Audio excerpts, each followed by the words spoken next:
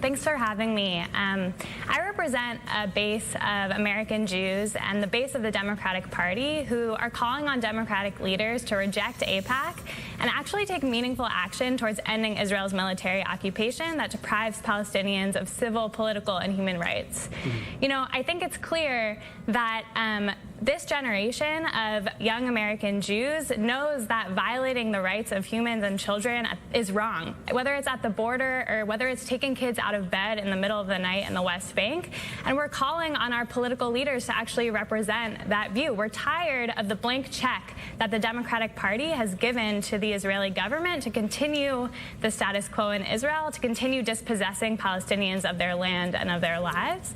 And I think, you know, we're ready as American Jews to stop ceding the territory and the arena of the political moment to an establishment that doesn't represent us or our views. Okay. And so we're asking politicians to actually take responsibility for this issue and put forward bold new solutions to end what is this injustice. All right. So, Halie, I mean, surely it's a good thing for young activists to hit the road and get the candidates to voice their opinions more clearly on the Israeli-Palestinian conflict, isn't it? I mean, will you give, if not now, your blessing as they hit the road? There's a very different approach from Emily's organization and ours, the Jewish Democratic Council of America. 2020 is going to be the most important election of our lifetime, and because of our values, we need to defeat Donald Trump.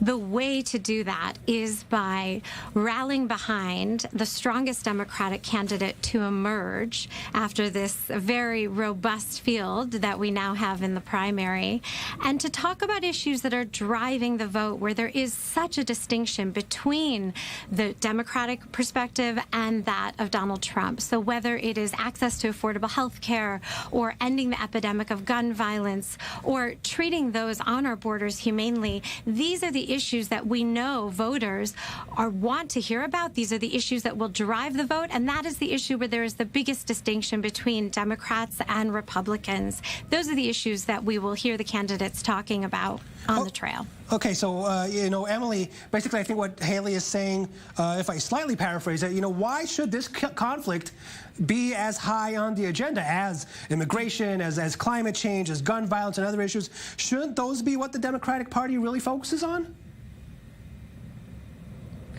Listen, I think the real issue here is, are Democrats going to distinguish themselves from Trump also on foreign policy and on the question of Israel-Palestine, right? There's no reason why Democrats shouldn't be putting forward as bold a vision on solving and ending Israel's military occupation as they are around health care and free college. And so what young Jews are asking is actually for Democrats to be consistent in their values. The vast majority of American Jews disapprove of Trump's approach to the Middle East and to Israel-Palestine. And so what we're asking is just for Democrats to actually apply the same values of democracy, freedom, and equality to Israel-Palestine than they would to the domestic sphere. Yeah, Halie, I mean, I want you to respond to that. I mean, just because there are other issues that the party does need to deal with, it doesn't mean you have to neglect a major foreign policy issue like the Israeli-Palestinian conflict.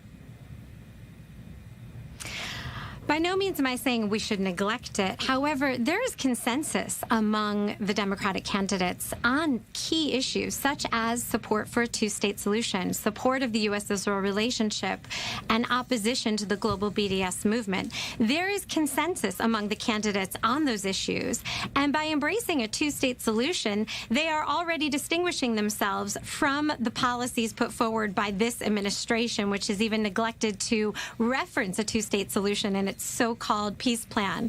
So there's a consensus. There's no need to create divisions where there otherwise do not exist. That's just playing into the Republican narrative. Donald Trump would like nothing more than to see Democrats divided on issues related to Israel. And the reality is that those divisions don't exist. So let's not try to create them. So yeah, I want to talk.